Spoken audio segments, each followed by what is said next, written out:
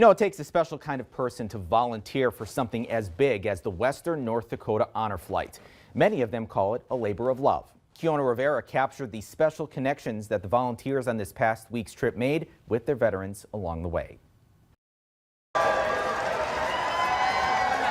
Roughly 40 volunteers joined the nearly 120 veterans on the Western North Dakota Honor Flight. They all wore different hats. Some had full-time jobs, others were parents, grandparents, and veterans themselves.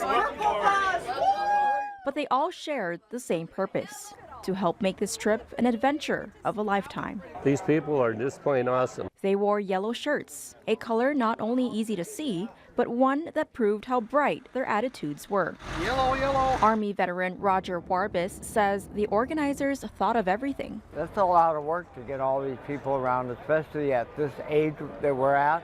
Everybody takes a little longer. There were also red shirts. They were the medics that made sure everyone was well taken care of, physically and mentally.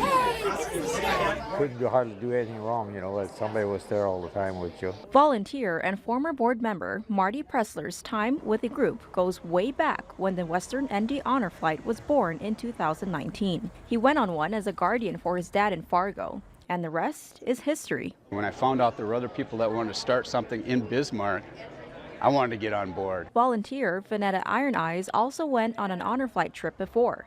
She served in Operation Desert Storm. I felt like I didn't deserve to go on the honor trip because there were so many older veterans that hadn't been able to. They made sure the veterans had food and water all the time. The food is lined up. It's great food. They couldn't do anything any better than what they did. They couldn't improve on it, no way. They pushed wheelchairs, cleaned them, and made sure each veteran was accounted for. But most of all, the volunteers made a lifelong connection with our nation's heroes. The minute they call and say, "Can you come?" I'm coming. In every smile and cheer, the volunteers showed it wasn't just a job.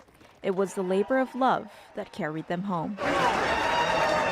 In Washington, D.C., I'm Kiona Rivera, reporting for your news leader. The work of these volunteers does not stop with the trip. They spend most of the year fundraising to make it all happen.